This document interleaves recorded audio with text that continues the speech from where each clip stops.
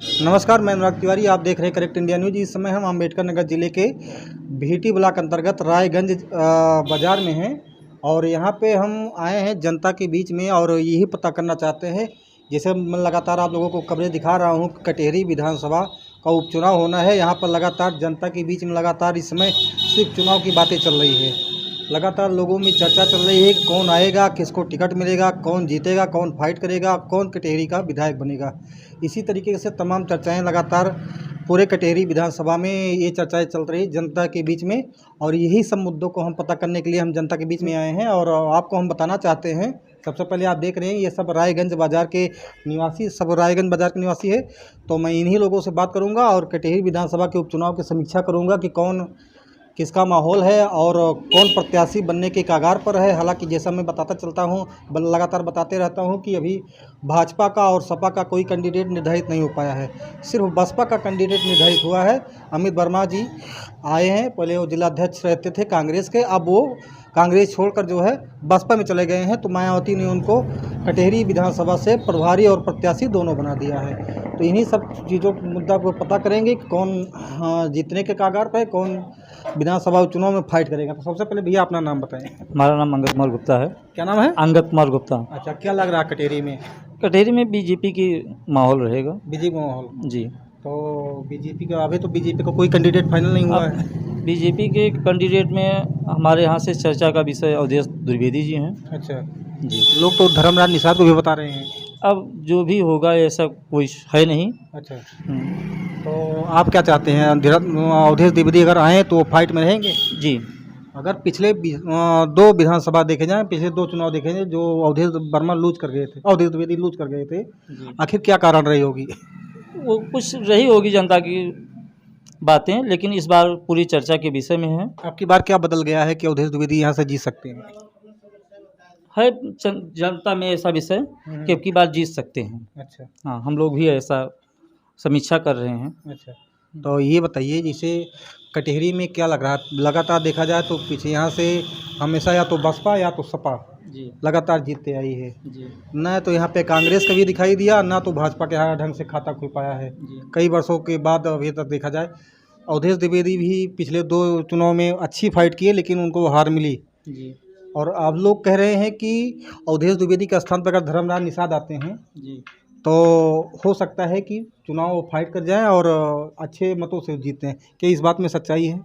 अब ऐसा है कि जनता का कुछ कहा नहीं जा सकता, लेकिन बात ऐसी है कि अवधेश द्विवेदी जी आएंगे और जनता के बीच में वो बने रहते हुए हैं। हम लोग के बीच में भी बने रहते हैं, हम लोग के सुख दुख में साथी भी रहते हैं। इसलिए हम लोग चाहेंगे कि अवधेश द्विवेदी जी आएंगे तो हम लोग खुल के सपोज में रहेंगे और हम लोग का पूरा मत उनको मिलेगा भी। क्या नाम भैया अपना? क्या नाम बता? अरविंद कुमार सिंह। अच्छा, क्या लग रहा है आपकी बार कटेहरी विधानसभा में कौन हो सकता है? अब जैसे हम पार्टी से जुड़े हैं तो हम तो किस पार्टी से जुड़े हैं? भारतीय जनता पार्टी से। अच्छा, तो हम तो उन्हीं इसी को पद पे हैं? संयोजक के पद पे। अच्छा, संयोजक पद में। जी। तो कल मुख्यमंत्री जी आए थे जी कटेहरी जी में? आए थे, गए भी थे हम। अच्छा, गए थे आप? जी। तो क्या कितने करोड़ परियोजनाओं का जो उन्होंने सौगात दिया जनता को? 14 करोड़। 14 करोड़ का? नहीं, 14 करोड़ कहाँ, तब आप 3 करोड़ ऐसे कुछ। तो हालांकि छोड़िए, ये बताइए कि क्या लग रहा है कि कटेहरी में आपकी बार कौन फाइट कर सकता है? जैसे पार्टी से जो कोई भी आएगा हम लोग उसके साथ रहेंगे, चाहे धर्मराज निषाद जी आएँ, चाहे अवधेश जी आएँ, चाहे रमाशंकर सिंह से आएँ। अच्छा, ये तीनों कैंडिडेट जैसे आपने बताया, धर्मराज निषाद और अवधेश द्विवेदी और ये रमाशंकर सिंह, इन तीनों कैंडिडेटों में सबसे अच्छा फाइटर कौन है? आप इधर उधर मत देखिए, आप आसपास बताइए। हमारे लिए तीनों ठीक हैं। जी। अच्छा फाइटर कौन, मैं ये पूछ रहा हूँ। अब जैसे 2 बार अवधेश जी खड़े हुए, अब कैसे नहीं जीते, तो बार बार उन्हीं को थोड़ी दूसरे को भी मौका दिया जाए। अच्छा, मतलब आप चाहते हैं कि अवधेश द्विवेदी के स्थान पर किसी और को मौका दिया जाए? जी। ये सही है जी। और जो पिछली बार 2 विधानसभा चुनाव में उनको हार मिली थी, जी। आखिर उसका कारण क्या रहा होगा? अब कारण यही है कि मतलब अब क्या बताएं। जी। ये देख रहे हैं, ये भाजपा के सदस्य हैं और इनकी एक कहीं कहीं कहना है कि मतलब अवधेश द्विवेदी को कई बार मौका मिल चुका है और अब उनके स्थान पर किसी और को आना चाहिए, किसी और को टिकट मिलना चाहिए। हमारे साथ चाचा हैं, मैं इनसे बात करना चाहता हूँ। चाचा, जो ये कह रहे हैं कि अवधेश द्विवेदी का स्थान पर अब किसी और को मौका मिलना चाहिए, क्या सही है? नहीं, खास करके पिछड़े वर्ग का अगर टिकट मिले अच्छा, तो बीजेपी की जीत पक्की है। अच्छा, बीजेपी की जीत होती है। हाँ, नहीं तो कांटे की लड़ाई है। काटे टिकट अगर पिछड़ी जात का मिला था तो बीजेपी की जीत पक्की है। तो पिछड़ी जात में कौन है? मुझे लग रहा है धर्मराज धर्मराज जी हैं। हाँ, धर्मराज जी को टिकट मिल जाएगा तो पक्के तौर से जीत जाएंगे। जी। अवधेश द्विवेदी को लग रहा है अब उनके बारे में कुछ कहा नहीं जा सकता, जीत भी सकते हैं। अब पार्टी है, टिकट देगी, चुनाव लड़ेंगे तो जीत भी सकते हैं, लेकिन कुछ कहा नहीं जा सकता है। अच्छा, ये जो लोग कह रहे हैं कि लगातार समाज में एक तरीके से देखा जा रहा है कि समाज में एक तरीके से चर्चा चल रही है कि इस सरकार में, यानी भाजपा के सरकार में, कहीं कहीं जातिवादता ज़्यादा चल रहा है, जातिवादता बढ़ चुका है। और दूसरी चीज़ सबसे बड़ी है, लगातार आए दिन लोग कहते हैं कि बहन बेटियों का बलात्कार होता है, बहन बेटियों के साथ उत्पीड़न होता है। क्या इस बात में सच्चाई है? नहीं, ऐसा नहीं है। सरकार में जात बातता तो बिल्कुल नहीं, कहीं नहीं दिखती है। अच्छा, लेकिन अब बैकवर्ड इनके साथ कम आ रहा है। किसके साथ? बीजेपी के साथ बैकवर्ड कम जा रहा है। अब बैकवर्ड को उनको लाना है। अगर बैकवर्ड उनके साथ आता है तो उनकी जीत पक्की है। अच्छा, तो बैकवर्ड तो कहीं कहीं अखिलेश यादव के साथ जाएगा या तो? हाँ, अखिलेश यादव के साथ जाएगा बैकवर्ड। अभी आपने देखा कि कल जौनपुर में एक मंगेश यादव, एक लड़का था, उसका एनकाउंटर कर दिया गया। लोग आज कह रहे हैं, एक तमाम तरीके से मैं फैजाबाद होते हुए आ रहा हूँ तो फैजाबाद में भी काफ़ी चर्चा चल रही है कि उसके साथ सुनिए, पहले सुन तो लीजिए। लोग कह रहे हैं कि मंगेश यादव के साथ गलत किया गया, उसका गुनाह था ही नहीं। जबकि अगर उसका आपराधिक इतिहास देखें तो उसके ऊपर 7 मुकदमे थे। लेकिन लोग कह रहे हैं कि इसके बावजूद, जो कह रहे हैं कि जो मेन एक्यूज था, मतलब जो मेन आरोपी था, उसको बचा लिया गया, यानी उसको कटघरे में मतलब अंदर कर दिया गया, जेल के अंदर कर दिया गया और इसको मार दिया गया। क्या इस बात में सच्चाई है? नहीं, जात बात है। अपराधी तो अपराधी, सरकार जात देख के इनकाउंटर ना करत। सिर्फ अपराध किए है तो अपराधी का इनकाउंटर होगा, तो उसमें जो मिले। तो जो मेन अपराधी था उसको क्यों नहीं, इतनी बड़ी सजा उसको क्यों नहीं मिली? नहीं, मेन अपराधी अब वहाँ कारण का रहा, पहले से गिरफ्तार कर लीन गए। किसको? मेन अपराधी का। तो अब जे पहले से गिरफ्तार होगी होकर इनकाउंटर, अब जे इनकाउंटर तो मुठभेड़ है। अब मुठभेड़ वही सोए जे सामने आए। तो यादव वर्ग के लोग यही कह रहे हैं, अभी हमारी चर्चा हो रही तो लोग कहते हैं कि गलत हुआ है, मंगेश यादव के साथ गलत हुआ। और इसमें अखिलेश यादव की एक प्रतिक्रिया आई है, ज़बरदस्त प्रतिक्रिया आई है। अखिलेश यादव कहना है कि लगातार यादव और मुस्लिम के ऊपर जाति और धर्म देखकर जो है अन्याय किया जा रहा है। नहीं, ऐसा नहीं है। ऐसा नहीं। विकास दुबे हत्याकांड हुआ था, ब्राह्मणों के साथ हो रहा था। अब मुन्ना बजरंगी, मुन्ना सिंह का इनकाउंटर या मार दिए गए थे जेल में, तो ठाकुरों के साथ हो रहा था। तो हर जात के साथ तो यही जुड़ा है। अब आखिर अपराधी मारे जा रहे हैं हर जात के। आप थोड़ा सा इधर बैठे हैं, ब्राह्मण इधर आइए। ब्राह्मण मारे गए तो विकास दुबे मारे गए, तो ब्राह्मणों के साथ अत्याचार हुआ। अब अपराधी नहीं देख रहे हैं कि अपराध कर रहा था, अपराधी मारे जा रहे हैं। ये जो लगातार अत्याचार मचा हुआ है, सड़कों पर लगातार लड़कियों का निकलना दूभर हो गया, इस पर क्या? प्रशासन उसके लिए काम कर रही है, प्रशासन सजा दे रही है। नहीं तो ये तो आप देखिए, एक चीज़ है, ये प्रक्रिया आज से नहीं, बहुत पहले चली आ रही है, इस पर रोक नहीं लग पा रहा है। अमित शाह कहते हैं, गृह मंत्री तो कहते हैं, सुनिए सुन लीजिए, अमित शाह कहते हैं कि रात 12 बजे लड़कियां गहने लाद कर सड़क पर निकले तो उनको कोई टच करने वाला उत्तर प्रदेश में नहीं है। लेकिन क्या सच्चाई इससे बिल्कुल इतर है? इस बात में सच्चाई है कि नहीं है? इसके लिए सबकी मानसिकता नहीं बदली जा सकती है। उसके लिए सजा दिया जा सकता है, अपराध के लिए सजा दिया जा सकता, खत्म नहीं हो सकता। सजा दिया जा सकता है, लेकिन ऐसी घटनाएं रुक क्यों नहीं रही है? तो लोगों की मानसिकता थोड़ी बदली जाएगी। तो सरकार ये सब ठोस कदम क्यों नहीं ले? कोई नियम लाती, बहुत कठोर तो यही ठोस कदम है। जात बातता आ जाती है कि हमारी जात की गोली मार दी है, हमारी जात की गोली मार दी है। ये तो देखिए, गोली मारने वाली परंपरा, अगर हमारी व्यक्तिगत मैं बात करूं, चाहे वो बुलडोजर वाली नीति हो और चाहे वो गोली वाली नीति हो, लगातार ये तो सजा तो कोर्ट दे सकती है ना कि पुलिस प्रशासन दे सकता है। तो बुलडोजर तो उसी जगह चलता है जहाँ सरकारी जमीन अतिक्रमण हो, वहीं तो बुलडोजर चलता है। किसी निजी भूमि पर, किसी खेत, किसी जमीन निजी गिरा दी गई हो, ऐसा तो नहीं हुआ कभी। तो फिर सुप्रीम कोर्ट ने ऐसा क्यों कहा था कि अगर कोई आरोपी हो या कोई मतलब दोषी हो, दोनों स्थिति में सरकार बुलडोजर वाली नीति नहीं अपना सकती है। अब मामला सुप्रीम कोर्ट उतनी ऊंचे स्तर के बाद हम कहाँ समझ पाऊँ कि सुप्रीम कोर्ट ओकरे लिए का कह सकता है। सुप्रीम कोर्ट ने तो लेकिन सरकार काम अच्छा है, सरकार की नीति अच्छी है। अब अपराध लोगों की मानसिकता बदले के पड़े। महंगाई बेरोजगारी कैसा है?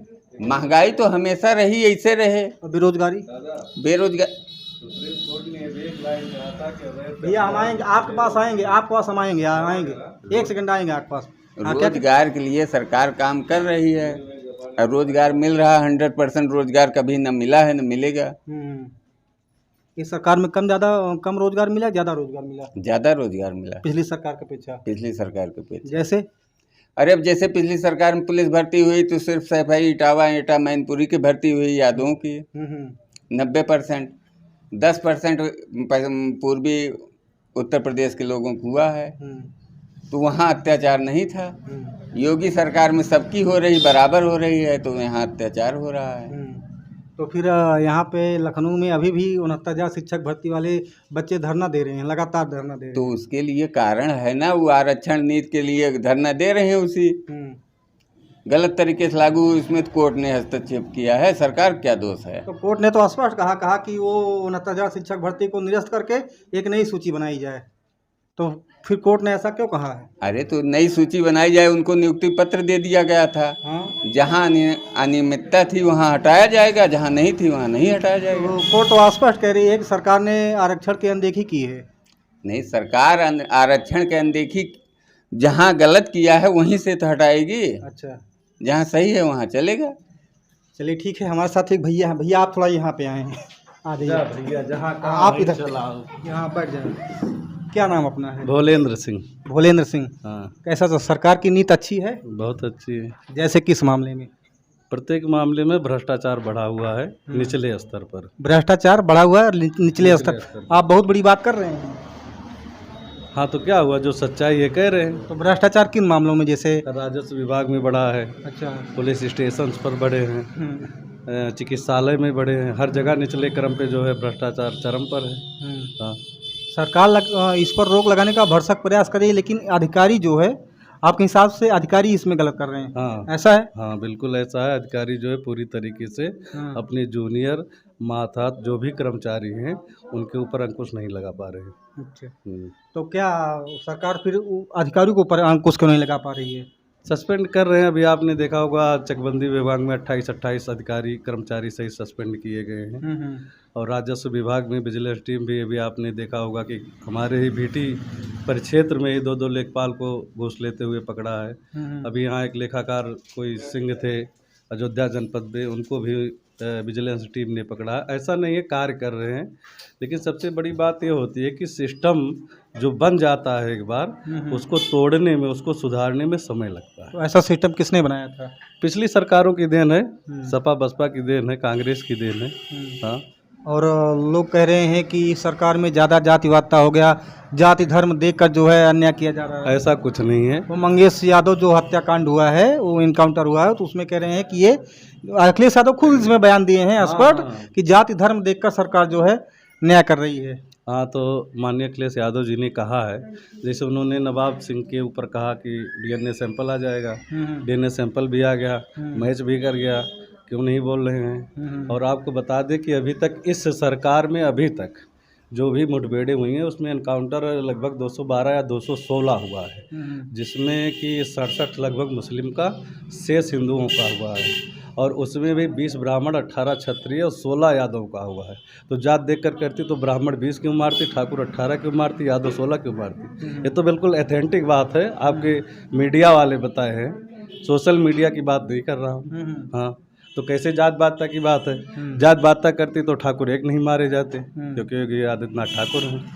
हाँ, नहीं, लोग कह रहे हैं कि मंगेश यादव को मार दिया गया, उनका इनकाउंटर कर दिया गया, वहीं पर जो है विपिन सिंह को पूरी तरीके से बचा लिया गया। परिस्थिति जन्य होती है, जैसे आप अपराधी हम अपराधी, हमारे आपके सामने अगर प्रशासन आता है, फोर्स आती है, हम आप सरेंडर करते हैं या प्रतिरोध नहीं करते हैं तो हमको पुलिस अरेस्ट करेगी, हम उसको मारेंगे तो आत्मरक्षा में, कानून की रक्षा में गोली चलाएगी। और गोली पर किसी जात का नाम नहीं लिखा होता, न किसी अपराधी की कोई जात होती है। अच्छा, क्या ये बात आप ये बताइए, जब आप ऐसी बात कर रहे हैं तो एक बात मुझे ये बताइए कि जो बड़े बड़े रसूखदार नेता होते हैं लगातार अन्याय करते हैं तो उनके ऊपर सरकार चाबुक क्यों नहीं लगा पाती? ऐसी कोई घटना हमारे परिक्षेत्र की नहीं है कि कोई बड़ा नेता किसी के ऊपर अन्याय किया। तमाम लोग, जनता लगातार आरोप लगाती नहीं, है। कोई सुनिए, एक भी नेता नहीं है किसी भी पार्टी को इस तरीके से जबरन किसी के साथ कोई व्यवहार नहीं किया गया। जनता लगातार कह रही है। विनेश फोगाट, आप जानते हैं विनेश फोगाट बजरंग पुनिया दिल्ली की सड़कों पर घसीटे गए थे। सुनिए मेरी बात, सुनिए एक सेकंड। दिल्ली की सड़कों पर विनेश फोगाट बजरंग पुनिया को घसीटा गया था। साक्षी मलिक उसमें भी थी। अंतर्राष्ट्रीय खिलाड़ी थे, देश का नाम विश्व पटल पर कई बार विश्व पटल पर कई बार इंडिया का नाम रोशन किया है। उनको जो है दिल्ली की सड़कों पर घसीटा गया। जनता कहती है कि इसमें जो है बृजभूषण शरण सिंह दोषी हैं और सरकार उनको बचाने का काम कर रही है। देखिए, जैसे मैं विनेश फोगाट के बारे में, साक्षी मलिक के बारे में या बजरंग पुनिया के बारे में जो कुछ भी जानता हूँ समाचार पत्र के माध्यम से जानता हूँ, न वहाँ का रहने वाला हूँ। रही बात, सुनिए, रही बात जिस तरीके से उन लोगों ने एकाएक खेल जगत को छोड़ करके और पार्टी ज्वाइन की है तो लगता है कहीं न कहीं राजनीतिक षड्यंत्र था उसमें। तो अगर और सुन लीजिए मेरी बात, जो एक अंतर्राष्ट्रीय ओलंपियन या एशियाड प्लेयर होगा, एक चिंतनीय विषय है। वो 100 ग्राम अपना वेट अगर 12 घंटे में नहीं कम कर सकता तो मैं समझता हूँ कहीं न कहीं से वो किसी दबाव के चलते ही वहाँ गई थी, नहीं तो वो उस फेल थी वो। अगर आपकी ये बात माने हैं कि वो किसी दबाव के चलते विनेश फोगाट पैरा ओलंपिक यानी पेरिस में गई थी, पैरा ओलंपिक में नहीं थी। पैरा ओलंपिक में कहाँ विनेश फोगाट? पैरा ओलंपिक में गई थी, पेरिस में। वहाँ पे उनका खेल चल रहा था। अगर आपकी बात को हम माने हैं तो सबसे पहले उन्होंने सेमीफाइनल में जिस तरीके से 4 बार की वर्ल्ड चैंपियन और मौजूदा वर्ल्ड चैंपियन को हराकर उन्होंने फाइनल में प्रवेश लिया था। अब उनको ये थोड़ी तो पता था कि नहीं, उन्होंने रात भर मेहनत किया, जो समाचार पत्रों में निकल के आया, काफ़ी तरीके से निकल के आया कि नहीं, वो 100 ग्राम वेट नहीं, वो करीबन जो है काफ़ी ज़्यादा पूरा रात भर जो है जाकर वो मेहनत की ताकि वेट जो है कम हो जाए। हालांकि 100 ग्राम की वजह से वो उनको निकाल दिया गया, लेकिन निकलने के बाद उनका जब वो खेल से बाहर हो गई पूरी तरीके से, उसके बावजूद केन्या में आप देखें, आप केन्या में इसी तरीके से एक खिलाड़ी के साथ हुआ था। वहाँ की सरकार ने एक्शन लिया, तत्काल उस खिलाड़ी के साथ न्याय हुआ और उसको मेडल मिला। हमारी भारत सरकार क्या विनेश फोगाट साथ खड़ी नहीं रह सकती थी? अब खड़ी थी कि नहीं खड़ी थी, ओलंपियन का क्या रूल है उसके बारे में हमें जानकारी नहीं, तो उस पर हम क्या। आपने ये कहा कि विनेश फोगाट बजरंग पुनिया कांग्रेस से शामिल हो गए, कहीं कहीं ये राजनीति से प्रेरित थे। अगर हम आपकी बात को पकड़ के आगे चलें तो बबीता फोगाट और उसके बाद योगेश्वर दत्त जैसे खिलाड़ी, वो भी एक खेल जगत का हिस्सा थे, चैंपियन थी। इसके बावजूद वो भारतीय जनता पार्टी में शामिल होते हैं। आप उस पर क्या कहना चाहते हैं? बबीता फोगाट पहले से ही भारतीय जनता पार्टी में, जब धरना प्रदर्शन चल रहा था उसके पहले से थी। लेकिन खिलाड़ी तो थी। नहीं, खिलाड़ी थी ना, लेकिन कोई आंदोलन करके नहीं आई थी। उनका कैरियर खत्म था, उसके बाद वो राजनीति का कैरियर पकड़ ली। तो इनका भी कैरियर खत्म, जब इन्होंने पहले खेल से, सुनिए, जब ये पेरिस से वापस लौट के आई तो सबसे पहले इन्होंने इस्तीफा दिया।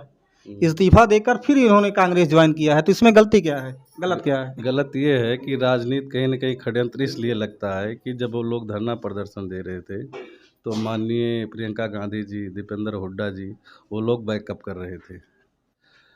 नारा दिया था प्रियंका जी ने, बेटी पढ़ेगी बेटी लड़ेगी, या क्या कैसे था बहुत याद नहीं है। लेकिन चुनाव संपन्न होने के बाद, मैं केवल उत्तर प्रदेश की बात कर रहा हूँ, कई ऐसी संगीन घटनाएं लड़कियों के साथ हुई हैं। कांग्रेस का कोई भी बड़ा नेता वहाँ नहीं पहुँचा है। उनका कहाँ पे कहीं भी नहीं पहुँच रहा भाई। हाँ, लगातार तो जाते हैं, लगातार तो किसी भी मुद्दे पे लगातार प्रियंका गांधी का ट्वीट आता है, राहुल गांधी का ट्वीट आता है। नहीं आया है। किस मुद्दे पे नहीं, आप बताएं। अब नवाबगंज वाला नवाब सिंह का ले लीजिए, कन्नौज का मामला ही ले लीजिए, कौन सा ट्वीट आया है प्रियंका गांधी का? कोई ट्वीट नहीं आया। अयोध्या प्रकरण ले लीजिए, भदरसा का कोई ट्वीट प्रियंका गांधी का व्यक्तिगत निजी नहीं आया है। जब सुनिए, भदरसा के बाद जब कलकत्ता वाला बलात्कार हुआ, उस महिला डॉक्टर साहब, तो राहुल गांधी का ट्वीट आया था कठुआ से लेकर कलकत्ता तक। तो कठुआ से लेकर कलकत्ता तक उनका, मैं राहुल गांधी की बात नहीं कर रहा हूँ, मैं प्रियंका गांधी की बात कर रहा हूँ। नारा उन्होंने दिया था, उनका ट्वीट क्यों नहीं आया, खास करके लड़की जात के लिए? हाँ, इसमें तो प्रधानमंत्री नरेंद्र मोदी का भी कोई ट्वीट नहीं आया था। क्यों नहीं आया था? कोई ट्वीट नहीं आया था। बिल्कुल आया था। कहाँ पे आया था? आप देखिए उन्होंने कहा है सख्त से सख्त कानून बनाने की ज़रूरत है। अभी विदेश दौरा गए थे, वहाँ पर उन्होंने ये बात कही थी। ऐसा नहीं उन्होंने डायरेक्ट कहा, ट्वीट करने की बात ही जाने दीजिए। इसके बारे में सबको सोचना होगा, पक्ष हो या विपक्ष हो। हाँ, और रही बात, मुद्दा ही ऐसा है, मुद्दा ही अयोध्या है। हुआ, कन्नौज हुआ, तो जैसे अभी आप कहेंगे कि यहाँ भाजपा की सरकार है तो करेगी। भाजपा के कई मंत्री, कई नेता, उनका प्रतिनिधिमंडल गया है वहाँ पर, चाहे वो अयोध्या कांड रहा हो, चाहे कन्नौज कांड रहा हो। क्यों नहीं जा रहे हैं? लोग जा रहे हैं, जिम्मेदारी जिनके ऊपर है, जिनका क्षेत्र है या सौंपी जा रही सरकार द्वारा, वो पहुँच रहे हैं। सोनिया गांधी का कोई डेलीगेशन आया होता है यहाँ, भेजी होती, हमको लगता कि हाँ नहीं उन्होंने बात की है, नारी की खुद नारी हैं, तब तो समझ में आता कि उनका नारा अच्छा था। तो कहीं न कहीं से ये लोग वोट बैंक की राजनीति करते हैं। और रही बात सरकार की, सरकार किसी भी सरकार में भ्रष्टाचार या अपराध कम हो सकता है, बंद नहीं हो सकता। और आजकल ज़्यादातर तो वो जैसे लड़कियों वाली मैटर पे आपने बयान किया, इसमें से तो मेरा अपना एक एनालिसिस है कि 50% तो पूर्व संबंध रहते हैं, बाद में ब्लैकमेल भी किया जाता है। ऐसे भी केसेज हैं, 50% मान के चलिए बलात्कार के मामले में। लेकिन 50% के अलावा कहीं न कहीं से आज समाज में इस तरीके से संकीर्णता, मानसिक संकीर्णता कहिए या वैचारिक या सांस्कारिक, जो भी कुछ कह लीजिए, लोगों के अंदर उपजी है। लड़कियां सुरक्षित हैं नहीं, बहू बेटियां अगर घर से अकेले निकल रही हैं तो सुरक्षित है नहीं। अब सरकार का काम है उन पर अंकुश लगाना। अंकुश लगाने का सीधा सा माध्यम है कि उस पर कोई कड़ा सा कड़ा कानून बने, तभी उस पर अंकुश लग सकता है। बाकी जिसको अपराध करना है अपराध करेगा। चलिए, तो ये थे, आपने देखा किस तरीके से बड़े बेबाकी के साथ भैया ने उत्तर दिया। और कई मुद्दों पर, चाहे महंगाई हो, चाहे बेरोजगारी हो, चाहे बलात्कार जैसे घिनौने मुद्दे पर लगातार जिससे समाज में इस तरीके का अपराध बढ़ रहे हैं, बड़े बेबाकी से उन्होंने उत्तर दिया। और कटिहरी विधानसभा को उपचुनाव में क्या हो रहा है, जनता के उसमें क्या अपना एक मत निकल के आया, होने वाला क्या है, अभी जैसा हम लगातार बताते आए हैं कि अभी भाजपा से और सपा से किसी भी की कैंडिडेट किसी का वही फाइनल नहीं हुआ है, सिर्फ बसपा का हुआ है। आने वाले समय में भाजपा से और सपा से दोनों कैंडिडेट्स फाइनल होंगे। फिर उसके बाद मैं आप सभी को भी बताऊंगा कि आखिर कटेरी विधानसभा को चुनाव में क्या होने वाला है, कैसा माहौल है। इन सभी मुद्दों के साथ फिर मिलते हैं दूसरे वीडियो के साथ दूसरी जगह से। तब तक के लिए जय हिंद, जय भारत, नमस्कार।